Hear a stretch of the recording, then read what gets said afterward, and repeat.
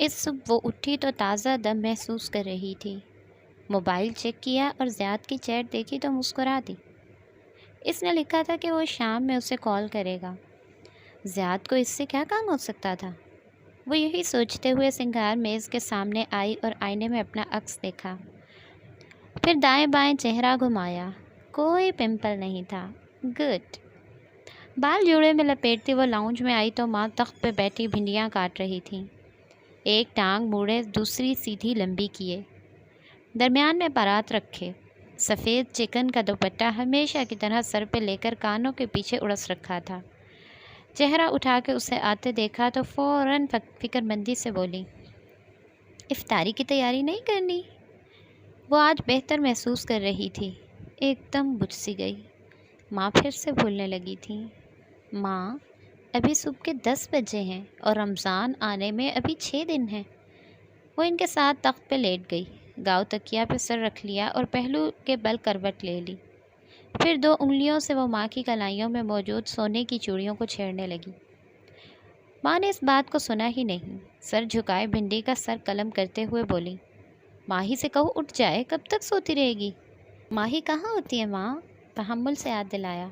وہ بار بار ماں کو بھول جانے والی اشیاء یاد دلاتی تھی تاکہ ان کا ذہن خود سے کام کرنے کا عادی رہے۔ ہیں؟ ماں نے چہرہ اٹھا کے اسے دیکھا، تھوڑا سا سوچا۔ یاد کریں ماہی کہاں ہوتی ہے؟ انگلی چوڑیوں کے اوپر سے گزاری، سونا سونے سے ٹکرایا، چھن چھن کی آواز آئی۔ کینیڈا کے صوبے برٹش کولمبیا میں، ماں نے سبق کی طرح دہرایا۔ برٹش کولمبیا کے کس شہر میں؟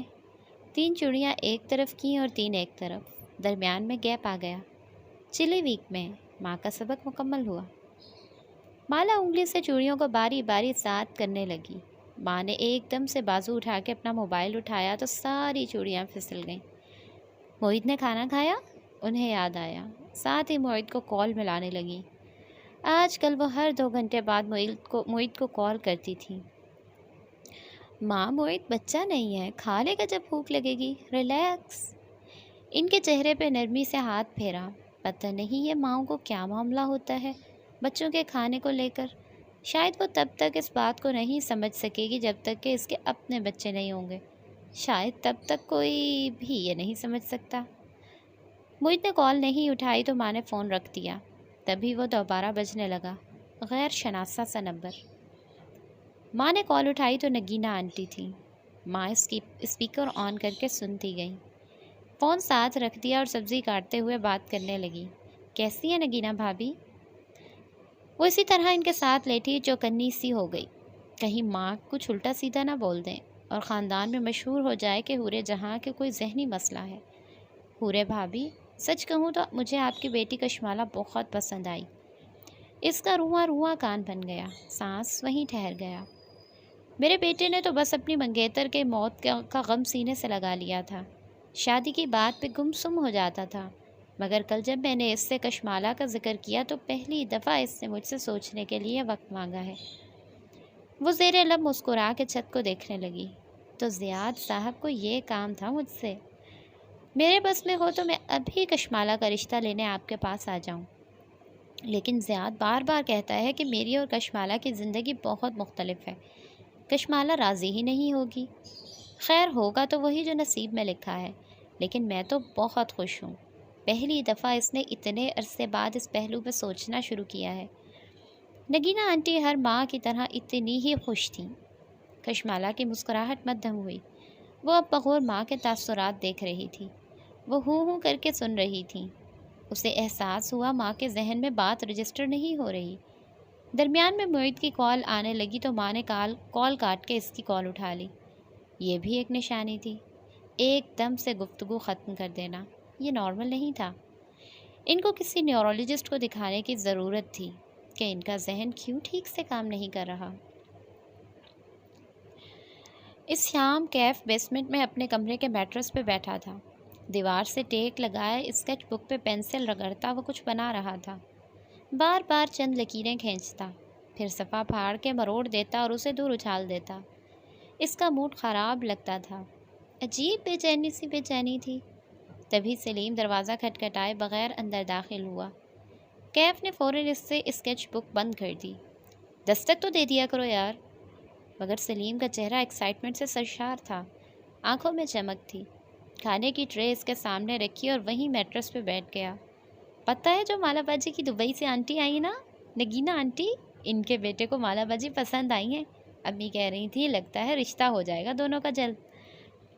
ملازمین کو ایسی باتیں کوئی نہیں بتاتا، وہ گھر کے ہر کونے میں موجود ہوتے ہیں، سوائے کام کا حکم سننے کے وہ ہر شے سنتے اور جذب کرتے جاتے ہیں اور پھر آپس میں ڈسکس کرتے ہیں۔ ان کے مالک ان کی بہترین گوسپ ہوتے ہیں۔ وہ چونک گیا، کمر سیدھی کی۔ نام کیا ہے ان کے بیٹے کا؟ زید۔ سلیم نے دانت نکالے۔ اس تک خبر پہنچتے پہنچتے زیاد کا نام زید بن گیا تھا۔ اچھا وہ زیاد، ٹال اینڈ ڈارک؟ وہ خاموش ہو گیا، چہرے کے زاویے عجیب سے ہو گئے۔ اسکیچ بک بیگ میں رکھ دی اور لیپ ٹاپ اٹھا لیا۔ سلیم نے للچاتی نظروں سے اس کے لیپ ٹاپ کو دیکھا اور قریب ہو کے سرگوشی کی۔ کوئی فلم دیکھیں؟ سنیما کھول رکھا ہے یہاں میں نے، جاؤ اپنا کام کرو۔ وہ ڈپٹ کے بولا۔ سلیم گڑبڑا کے پیچھے ہوا، پھر آنکھوں میں برہمی دوڑ گئی۔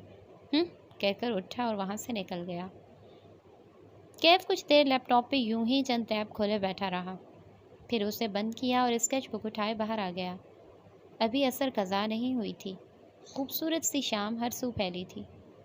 وہ گارڈ چیئر پہ بیٹھا اور گردن اوپر اٹھائی تو دیکھا کشمالہ اوپر ٹیرس پہ بیٹھی دکھائی دے رہی تھی۔ اس نے بوگن ویلیا کی جامنی پھولوں کے رنگ جیسا لباس پہن رکھا تھا اور بال آدھے کیچر میں بندھے تھے۔ ہوا سے ایک لٹ بار بار گال تک آتی جسے وہ مسکرا کے پیچھے کرتی۔ ہینڈز فری کانوں میں لگائے وہ کسی سے بات کر رہی تھی، اس کی آواز یہاں تک نہیں آتی تھی۔ کیف نے موبائل نکالا اور چہرہ جھکا کے وائٹ ہیئر کی چیٹ میں ٹائپ کرنے لگا۔ ایک آدمی ہے زیاد سلطان، دبئی سے آیا ہے، وہ کشمالہ مبین میں انٹرسٹڈ ہے، شاید شادی کرنا چاہتا ہے۔ اس کے بارے میں پتہ کراؤ کہ یہ کون ہے، کہیں یہ ہمارے لیے کوئی مسئلہ تو نہیں بنے گا۔ میسج بھیج کے اس نے سپاٹ چہرے کے ساتھ اسکیچ بک کھول لی۔ جب طے تھا کہ وہ اس کی زندگی سے نفرت کے ساتھ دور چلا جائے گا تو کیا ضرورت تھی اپنا موڈ خراب کرنے کی؟ زیاد سلطان ہو یا کوئی اور، وہ جلد یا بدیر کسی اچھے انسان سے شادی کر لے گی جو اس کی زندگی میں دیانت داری کے ساتھ داخل ہوگا۔ اسے اس کے لیے تیار رہنا چاہیے۔ یہ سوچنا آسان تھا، کرنا مشکل۔ مالا کی ماں نے درست کہا تھا، ہر انسان اس دنیا کا سفر کرتے ہوئے اپنے زوج کو تلاش کر رہا ہے، لیکن سب کی تلاش کامیاب نہیں ہوتی۔ اس نے ایک اور صفحہ پھاڑ کے جھنجھلاہٹ کے ساتھ مروڑ دیا۔ زیاد کا نام جب سے سنا تھا سارا موڈ برباد ہو گیا تھا۔ زیاد کی کال آئی۔ اوپر ٹیرس پہ بیٹھی مالا کے کانوں میں لگے ہینڈز فری میں ماہی پوچھ رہی تھی۔ اس نے نفی میں دائیں بائیں گردن ہلائی۔ ابھی تک تو نہیں، تم انتظار کر رہی ہو؟ ظاہر ہے مجھے سسپینس ہے، اب وہ دوسرا جوتا پھینک بھی دے۔ پتہ ہے کیا مالا، ماہی سوچ میں ڈوبی کہہ رہی تھی، مجھے زیاد جیسا آدمی تمہارے ٹائپ کا نہیں لگا، تمہیں نہ ہمیشہ سے کسی اور طرح کا بندہ چاہیے تھا۔ اچھا، وہ ہنس دی۔ اصلاً کیسا؟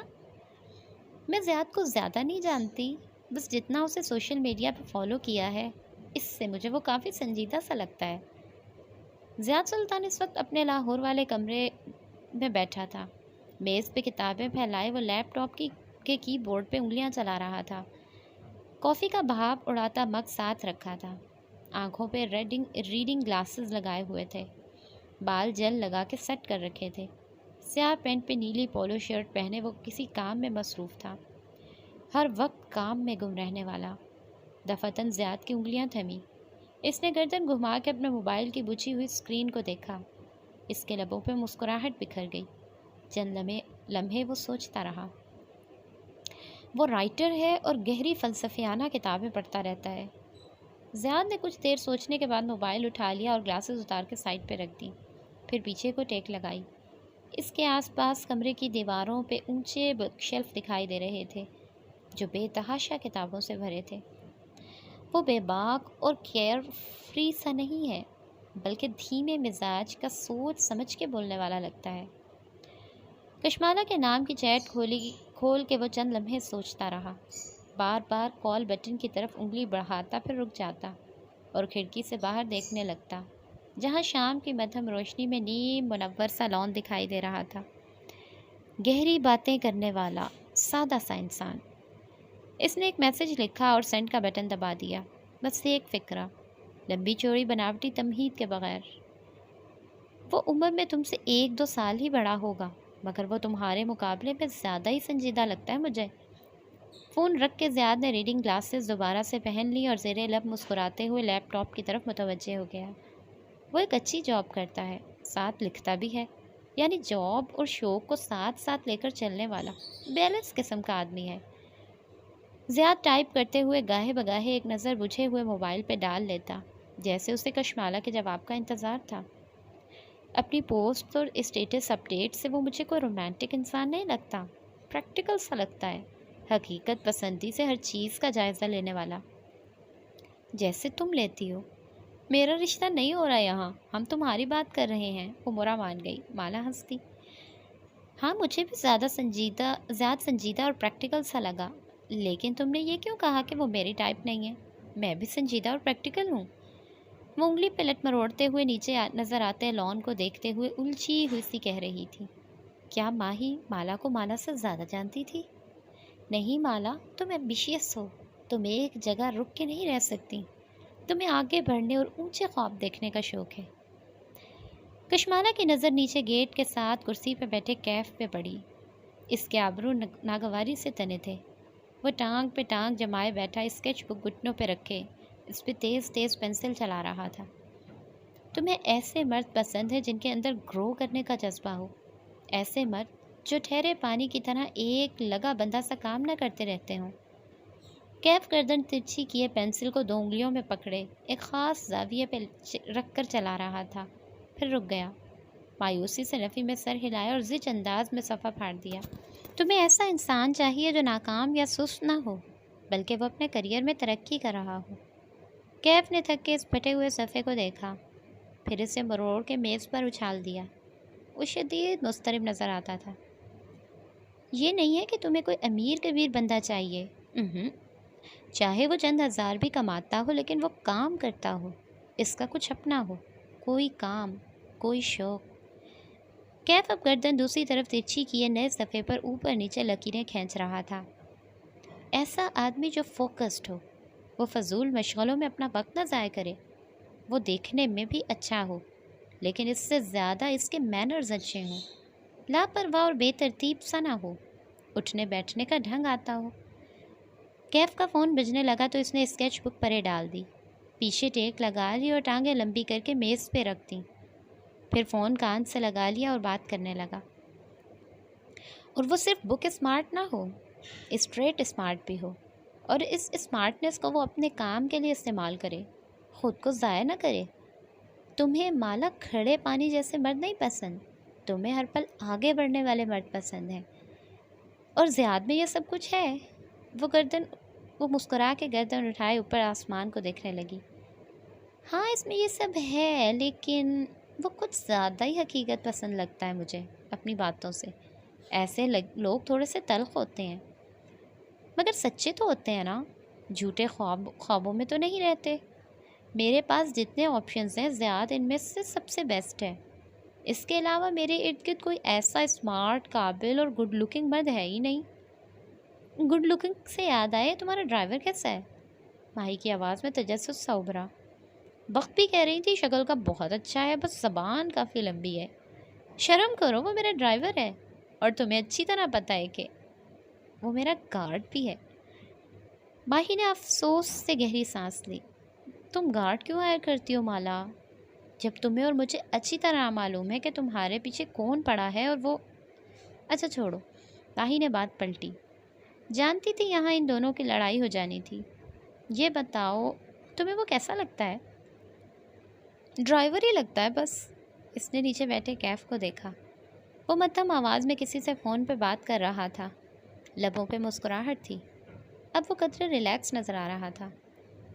ہاں لیکن وہ کوئی غریب لاچار سا ملازم نہیں ہے، اچھے خاندان کا ہے، صفورہ کا کزن ہے، پھر وہ تمہیں چھوڑ کے نہیں گیا، تمہارے لیے دوسرے شہر میں شفٹ ہو گیا ہے۔ کیا کہنا چاہ رہی ہو؟ یہی کہ مرد تو بہت سادہ ہوتے ہیں، اتنا تردد کسی عورت کے لیے وہ تب ہی کرتے ہیں جب یا تو انہیں کوئی مالی منافع نظر آئے یا ان کا کسی پہ دل آ جائے۔ کیف بیچارے کو لمبی چوڑی تنخواہ تو نہیں مل رہی تم سے، پھر وہ کیوں تمہارا گارڈ بنا ہوا ہے؟ ماہی اور ماہی کی ساری دنیا پہ شک کرنے کی عادت۔ اف، وہ صرف اپنی جاب کر رہا ہے، ویسے بھی میرا خیال ہے اس نے لہجے کو سرسری سا بنایا، اس کی زندگی میں کوئی پہلے بھی لڑکی موجود ہے، اسی سے فون پہ لگا رہتا ہے۔ اوہ، یعنی تم اس کی کالز پہ نظر رکھتی ہو؟ سلیم کی کالز پہ تم نے کبھی نظر نہیں رکھی، وہ بھی تو ملازم ہے۔ ماہی یار، کیا مسئلہ ہے؟ میں زیاد کی بات کر رہی ہوں اور تم کیف کو درمیان میں لے آئی ہو۔ کیونکہ تم زیاد کی بات اب کر رہی ہو۔ ہماری ہر ویڈیو کال میں تم آدھا وقت مجھے یہ بتاتی ہو کہ کیف کتنا اسمارٹ ہے اور تمہیں اس کے نئے بزنس کے فیل ہو جانے کی کتنی فکر ہے۔ میں تم سے بات ہی نہیں کر رہی۔ اس نے خفگی سے فون بند کر دیا۔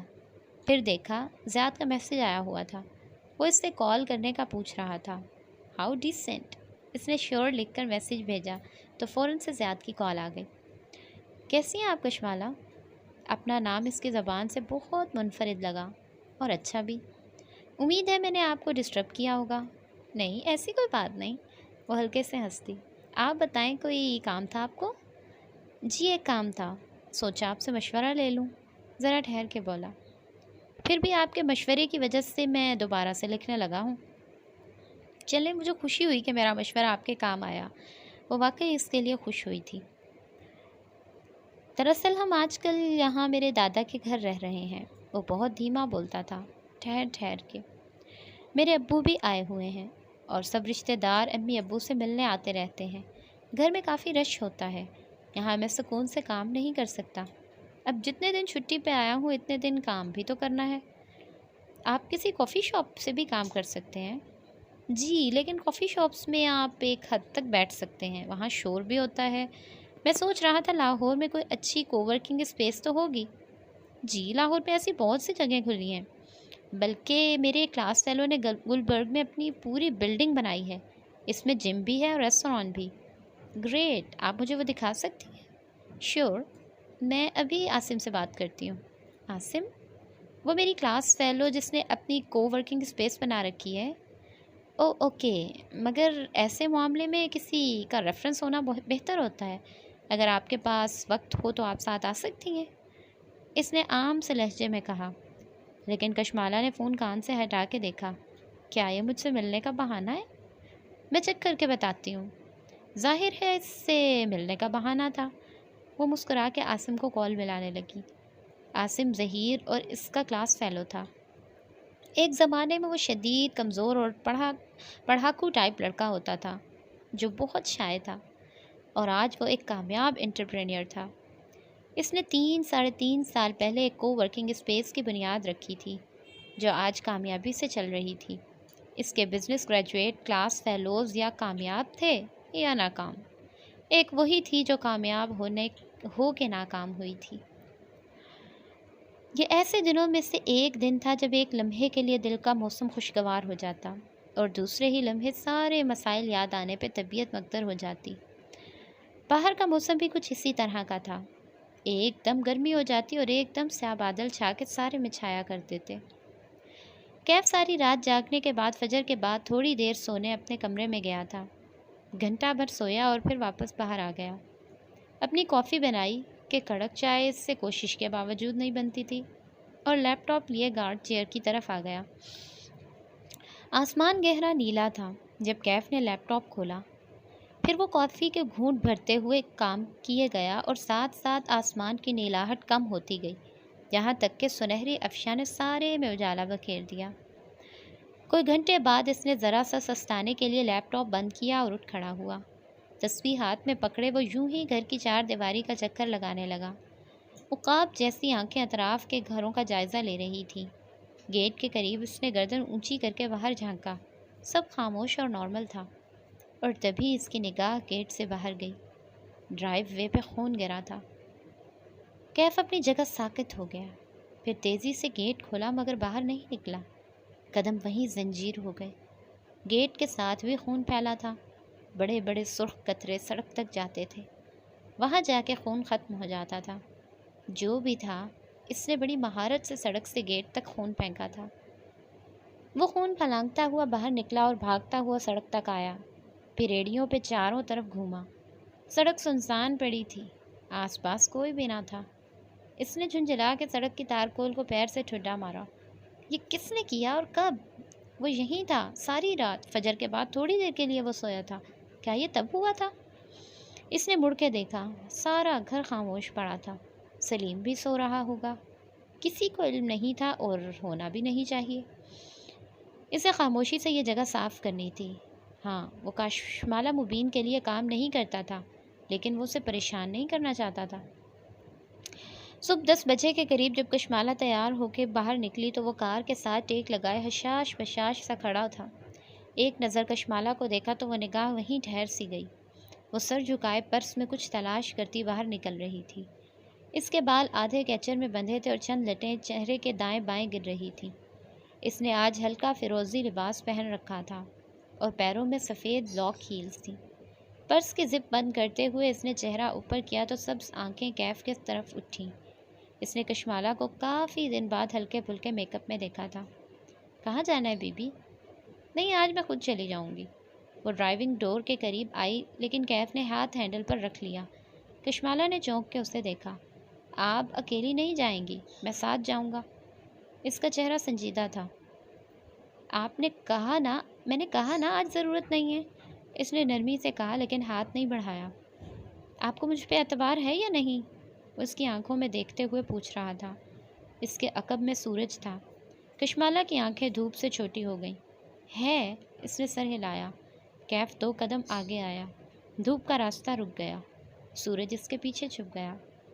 اب وہ سامنے تھا اور ارد گرد کوئی تپش نہ تھی، وہ چھاؤں میں تھی۔ میں ساتھ جاؤں گا بی بی، آپ پیچھے بیٹھیں۔ اس نے چابی کے لیے ہاتھ بڑھایا۔ کشمالے نے چابی اس کے ہاتھ میں تھما دی۔ وہ واقعی اس کی زندگی آسان بنا دیتا تھا۔ گلبرگ جانا ہے، ایک کو ورکنگ اسپیس ہے وہاں، کام کاج کے نام سے۔ کیف ڈرائیو کرتا رہا اور وہ باہر دیکھتی رہی۔ لاہور عجیب شہر تھا۔ یہاں پنجاب کے بہت سے رنگ بکھرے تھے۔ اسلام آباد مختلف تھا۔ وہاں 3 کلاسز تھیں۔ 2 کلاسز امراء کی تھیں اور تیسری لوئر مڈل کلاس یعنی عام لوگوں کی۔ عام لوگوں کی کلاس ہر جگہ نظر نہیں آتی تھی، البتہ امراء کی دونوں کلاسز ہر طرف چھائیں تھیں۔ ایک ایلیٹ کلاس شدید لبرل تھی اور دوسری ایلیٹ کلاس شدید مذہبی طبقے پر مشتمل تھی، جن میں اسکالرز اور پڑھے لکھے تبلیغی شامل تھے۔ یہ دونوں امیر کلاسز ایک ساتھ بڑھی ہوئی تھیں۔ اسلام آباد ایک بہت چھوٹا شہر ہے۔ وہاں کی ایلیٹ میں کوئی نہ کوئی کسی نہ کسی کا اسکول فیلو نکل ہی آتا ہے۔ اسلام آباد کے ایلیٹ اسٹوڈنٹس عموماً ہائی اسکول سے امپورٹڈ ڈرگز میتھ آئس ایکسٹاسی اور کینابیز پہ لگ جاتے تھے۔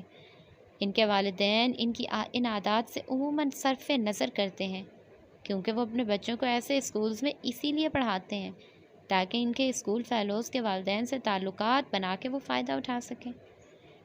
لاہور ایسا نہیں تھا۔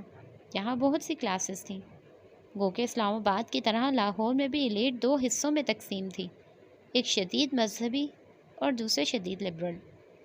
لیکن یہاں کے ایلیٹ میں لبرل زیادہ تھے اور ان کے اسکولز بھی ویسے ہی تھے جیسے اسلام آباد کے۔ البتہ لاہور میں ایک بہت بڑا طبقہ دوسرے شہر سے آنے والی فیملیز کا تھا، جو اپنا معیار زندگی بہتر بنانے بڑے شہر آئے تھے۔ ان کی اکثریت کے گزشتہ نسل نے لاہور آتے ہی کیبل کلچر کو اپنا لیا تھا، کیونکہ وہ اپنے احساس سے کمتری دور کر کے لاہوریوں کے رنگ میں رنگنا چاہتے تھے۔ انہوں نے اپنے اقدار سے پیچھا چھڑانا شروع کر دیا۔ ان کی وہ گزشتہ نسل اب بوڑھی ہو رہی تھی اور نئی آنے والی نسل ان سے کہیں زیادہ دین سے دور تھی۔ اس نئی نسل کی اکثریت اپنے والدین کے گاؤں، قصبے یا چھوٹے شہر کا نام لینے میں بھی شرمندگی محسوس کرتے تھے۔ لاہور میں 2 ہی تفریحیں تھیں، ریستوران اور شاپنگ مال، اور نئی نسل بس انہی میں پڑی رہتی تھی۔ ایک اور طبقہ اسٹوڈنٹس کا تھا، ہاسٹلز میں مقیم اسٹوڈنٹس کا۔ ان میں سے بھی اکثریت لاہور سے باہر چھوٹے شہروں کی تھی۔ جب یہ شروع میں لاہور آئے تھے تو لڑکے باجماعت نمازیں پڑھتے تھے۔ ان کی چھوٹی چھوٹی داڑھیاں ہوتی تھیں اور لڑکیوں کے سر پہ حجاب ہوتے تھے۔ پھر ان میں سے کچھ ہی تھے جو اپنی ویلیوز پر قائم رہے۔ آہستہ آہستہ نمازیں مصروفیت میں کھو گئیں، داڑیاں شیو ہو گئیں اور حجاب اتر گئے۔ لاہور میں پڑھنے والے اسٹوڈنٹس میں سے قریباً 60% لڑکے لڑکیاں فائنل ایئر تک پہنچنے سے پہلے ہی سگریٹ اور ڈرگز پہ لگ جاتے ہیں، اور ان کے چھوٹے شہروں میں مقیم ماں باپ اس امر سے نا واقف ہوتے ہیں۔ وہ ہر ماہ اپنے بچوں کو ہاسٹل کے اخراجات کے لیے پیسے بھیجتے ہیں، جن میں سے ایک بڑا حصہ ڈرگز پہ خرچ ہو جاتا ہے۔ لاہور آنے والے تمام اسٹوڈنٹس اپنی تعلیم مکمل نہیں کرتے۔ ڈرگز پہ لگنے والے اکثر اسٹوڈنٹس درمیان میں ہی اپنا تعلیمی سلسلہ توڑ دیتے ہیں، مگر بہت سے اسٹوڈنٹس نشے کی لت کے باوجود تعلیم مکمل کر لیتے ہیں۔ ایسے میں وہ تمام گریجویٹ، چاہے وہ ڈرگز کرتے ہوں چاہے نہ کرتے ہوں، چاہے وہ مذہبی ہوں چاہے لبرل، پیسہ کمانے کے وقت ان سب کا ایک سا ہی حال ہوتا ہے۔ قسمت اور بخت سے سب سے زیادہ چلتا ہے، اور پھر بات محنت اور قابلیت کی آتی ہے۔ کچھ گریجویٹس کو نوکری مل جاتی ہے اور کچھ کہیں سے پیسے جوڑ کر کاروبار شروع کر لیتے ہیں، لیکن ایک بہت بڑا طبقہ بے روزگار نوجوانوں کا ہے جن کو کام ہی نہیں ملتا۔ کچھ نے پڑھائی مکمل کی تھی اور کچھ نے درمیان میں چھوڑ دی۔ وہ نوکری کرنے کی اہلیت نہیں رکھتے، اور کاروبار کرنے کے لیے ان کے پاس اگر سرمایہ ہے تو جگہ نہیں۔ یہ نوجوان نکمے یا سست نہیں ہوتے، ان کے پاس بس اتنے وسائل نہیں ہوتے کہ یہ اپنے کام کو ترقی دیں۔ ان میں سے بہت سے ایسے ہوتے ہیں جن کے پاس آئیڈیاز ہوتے ہیں اور انہوں نے اپنا چھوٹا موٹا کام شروع بھی کر رکھا ہوتا ہے۔ کوئی آن لائن جاب کرتا ہے تو کوئی آن لائن بزنس۔ ان سب کا سب سے بڑا مسئلہ یہ ہوتا ہے کہ ان کے پاس کام کرنے کے لیے جگہ نہیں ہوتی۔ گھر میں کام کرنے سے سستی کا شکار رہتے ہیں، اگر آفس بنانے کا سرمایہ نہیں ہوتا۔ ایسے میں وہ اپنے کام کو ترقی کیسے دیں؟ ایسے لوگوں کے لیے ترقی یافتہ ممالک میں کو ورکنگ اسپیسز بنائی جاتی ہیں، جہاں وہ کرائے پہ آفس فلور، سنگل آفس یا ایک سنگل ڈیسک بھی لے سکتے ہیں اور وہاں سکون سے بیٹھ کے اپنا کام کر سکتے ہیں۔ یہ کانسیپٹ پاکستان میں چند برس پہلے متعارف ہوا تھا، اور جیسے جیسے آن لائن کام بڑھتا جا رہا تھا، یہ کانسیپٹ ترقی کرتا جا رہا تھا۔ وہ بھی اس وقت ایسے ہی ایک کو ورکنگ اسپیس کی طرف جا رہی تھی جو اس کے کلاس فیلو عاصم نے بنائی تھی۔ البتہ راستہ آسان نہ تھا، درمیان میں کسی مذہبی جماعت کا جلوس تھا اور روڈ بلاک تھا۔ تھوڑی دیر بعد کار رک گئی، اور جب چند لمحے کے لیے آگے نہیں بڑھی تو کشمالہ نے جھنجھلا کے کیف کو دیکھا۔ کسی دوسرے راستے سے لے جاؤ، مجھے وقت پر پہنچنا ہے۔ تھوڑی سی تاخیر اس قابل نہیں ہوتی کہ انسان اپنا موڈ خراب کرے کشمالہ بی بی۔ 10 منٹ اوپر لگ جائیں گے لیکن راستہ کھل جائے گا، وہ بے نیازی سے بولا۔ اس کے انداز میں ہمیشہ کچھ ہوتا تھا، جیسے وہ کسی سے نہیں ڈرتا۔ اس بات سے بھی نہیں کہ وہ اس کی بے تکلفی کا برا مان جائے گی، اور نہ جانے کیوں وہ برا نہیں مانتی تھی۔ کیف کا انداز کبھی غصہ دلانے والا ہوتا ہی نہیں تھا۔ اور ہاں، میں نے CCTV کے لیے کہلوا دیا ہے، آج ہم مبین منزل کے تمام داخلی دروازوں پہ کیمرے لگوا رہے ہیں۔ ہاں وہ تو لگوانے تھے، لیکن خیریت کچھ ہوا ہے کیا؟ وہ چونکی۔ کیا ہم کچھ ہونے کا انتظار کریں گے؟ میں آپ کا گارڈ ہوں کشمالہ بیبی، یہ میری جاب ہے، وہ سامنے دیکھتے ہوئے کہہ رہا تھا۔ آج اس کا انداز قدرے مختلف تھا، جیسے وہ خود سے بہت کچھ طے کیے بیٹھا تھا۔ وہ خاموشی سے باہر دیکھنے لگی۔ کار ابھی تک رش میں پھنسی ہوئی تھی، دھوپ بھی تیز ہونے لگی تھی، AC کے باوجود اسے گھٹن محسوس ہونے لگی۔ تمہارا بزنس پلان کیسا جا رہا ہے؟ باہر دیکھتے ہوئے اس نے سرسری سا پوچھا۔ وہ چونکا، چہرے کی سنجیدہ لکیریں قدرے نرم پڑ گئیں۔ گہری سانس اندر کھینچ کے خارج کی۔ شاید میں نہیں کر پاؤں گا، ایک نقطے پہ ذہن سٹک ہو گیا ہے۔ جو میں کرنا چاہتا ہوں وہ دنیا کے قابل قبول نہیں ہوگا، اور جو دنیا کے قابل قبول ہے اس کو کرنے کے لیے دل نہیں مانتا۔ کشمالہ نے سوچتی نظروں سے اس کے کندھے کی پشت کو دیکھا، پھر اسٹیئرنگ پہ جمے اس کے ہاتھوں کو۔ یہ نوجوان اتنا ٹیلنٹڈ تھا، لیکن صرف اس لیے کہ اس کے پاس وسائل نہیں تھے، یہ آج تک ناکام تھا۔ اسے افسوس ہوا۔ بتاؤ کہاں پھنسے ہوئے ہو، شاید میں تمہاری کوئی مدد کر سکوں، وہ دوستانہ انداز میں بولی۔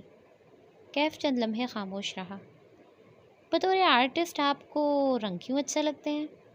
وہ ونڈ اسکرین کے پار سڑک کو دیکھتے ہوئے پوچھ رہا تھا۔ وہ اس سوال کا پس منظر نہیں سمجھ پائی، لیکن اسے جواب دینا تھا۔ کیونکہ رنگوں کی اپنی ایک زبان ہوتی ہے، ہر رنگ بات کرتا ہے۔ ایک بچہ وائپر لے آیا اور جلدی جلدی کار کی ونڈ اسکرین پہ سرف والا پانی اسپرے کرنے لگا، اس سے پہلے کہ وہ لوگ منع کر دیں۔ آپ کا فیوریٹ رنگ کون سا ہے؟ سرخ۔ جواب جتنی جلدی آیا وہ چونکا۔ سیٹ بیلٹ کی وجہ سے اس نے بدقت گردن پوری موڑ کے کشمالہ کو دیکھا۔ اس کی آنکھوں میں حیرت تھی، تعجب تھا، جیسے اس سے اس جواب کی توقع نہیں تھی۔ سرخ کیوں؟ کیف نے لہجے کو عام سا بنایا، البتہ اس کا دل زور سے دھڑکا تھا۔ گردن کے بال کھڑے ہو گئے۔ کیونکہ سرخ رنگ گفتگو کرتا ہے، وہ باہر دیکھتے ہوئے کہنے لگی۔ بچہ اب دوسری جانب سے آ کے ونڈ اسکرین کا بقایا حصہ صاف کر رہا تھا۔ اور کیا کہتا ہے سرخ رنگ؟ وہ سانس روکے سن رہا تھا۔ سرخ کہتا ہے کہ مجھے یاد رکھو، یہ رنگ توجہ کھینچتا ہے، یہ تاریخ میں لکھا جاتا ہے۔ ریڈ رائڈنگ ہوڈ کا چوغا کسی اور رنگ کا ہوتا تو یاد نہ رہتا۔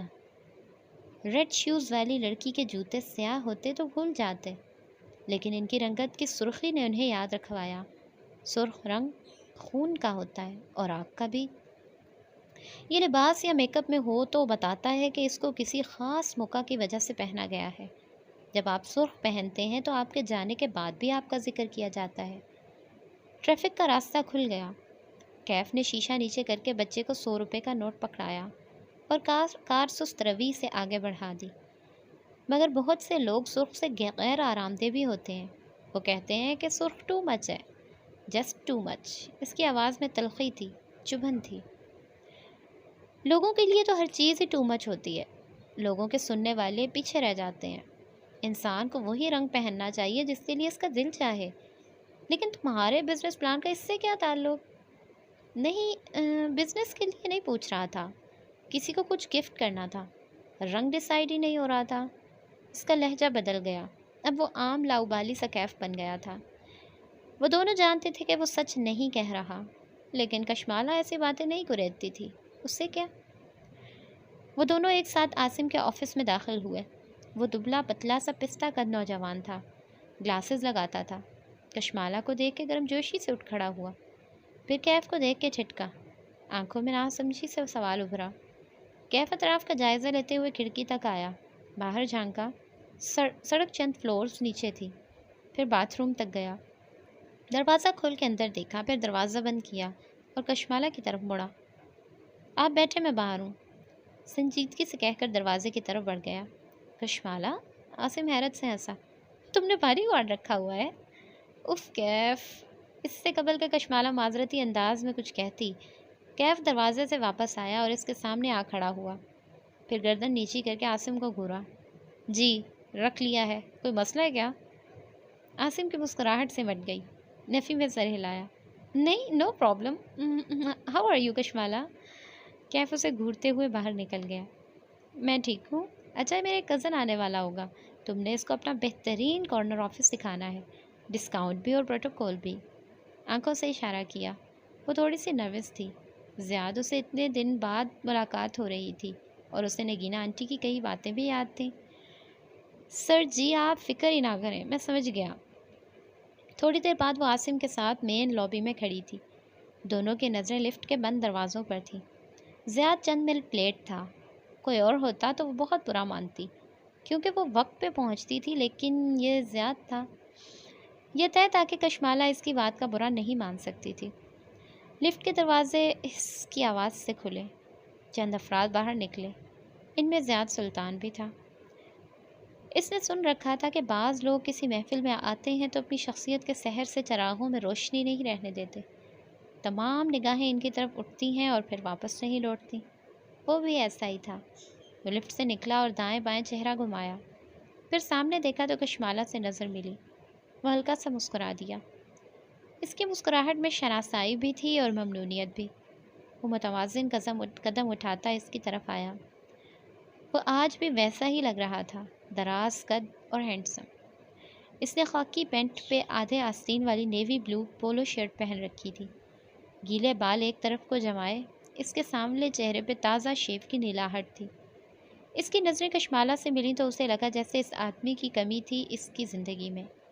وہ سب کچھ تھا جو وہ نہیں تھی۔ وہ ایک ہی چیز کے دو حصے تھے جو برسوں سے دنیا کا سفر کرتے ایک دوسرے کو تلاش کر رہے تھے۔ آپ کے آنے کا شکریہ کشمالہ، اس کے قریب آ کے اسے دیکھتے ہوئے وہ ممنونیت سے بولا۔ وہ کتنا دھیما اور شائستہ سا تھا۔ وہ نو پرابلم کہتے ہوئے تعارف کروانے لگی۔ یہ عاصم ہے، میں نے آپ کو بتایا تھا اس کے بارے میں۔ ہائے زیاد، عاصم نے گرم جوشی سے ہاتھ بڑھایا۔ زیاد نے مسکرا کے اس سے ہاتھ ملایا۔ اور میں کیف جمال ہوں۔ کشمالہ چونک کے مڑی، اسے تو وہ بھول ہی گئی تھی۔ وہ ان سے تھوڑا فاصلہ رکھ کے ان کے پیچھے چل رہا تھا، خود ہی آگے آیا اور ہاتھ بڑھا دیا۔ وہ مسکرا نہیں رہا تھا، بلکہ اس کی چبھتی ہوئی نظریں زیاد سلطان کے اوپر جمی تھیں، گویا اندر تک اتر رہی ہوں۔ زیاد نے اسی رسمی مسکراہٹ کے ساتھ ہاتھ ملایا اور شائستگی سے پوچھنے لگا، آپ بھی یہاں کام کرنے آتے ہیں؟ وہ دونوں ایک دوسرے کے سامنے سامنے کھڑے تھے۔ کوئی عجیب سا تناؤ ان کے درمیان حائل تھا۔ نہیں، میں کشمالہ بی بی کے ساتھ ہوں۔ اپنا ہاتھ علیحدہ کر کے کیف پیچھے ہوا، چہرہ ہنوز سنجیدہ تھا۔ زیاد یہ کیف ہے، میرا ڈرائیور بھی اور اسسٹنٹ بھی۔ کچھ تھا جو کشمالہ کو اچھا نہیں لگا تھا۔ چند لمحہ پہلے تک کشمالہ اور زیاد دو تھے، ایک دوسرے کا گمشدہ حصہ۔ اسے دو کا تکون بننا اچھا نہیں لگا تھا۔ ڈرائیور کے لفظ پہ زیاد چونکا، پھر اس نے سر سے پیر تک ایک نظر کیف پہ ڈالی۔ کشمالہ جانتی تھی اس ایک نظر میں وہ کیف جمال کو اسکین کر رہا تھا۔ اچھا لگا آپ سے مل کے کیف، زیاد نے اسی رسمی مسکراہٹ کے ساتھ سر کو جنبش دی۔ کیف اب بھی نہیں مسکرایا، اسے گھورتے ہوئے 2 قدم پیچھے ہو گیا۔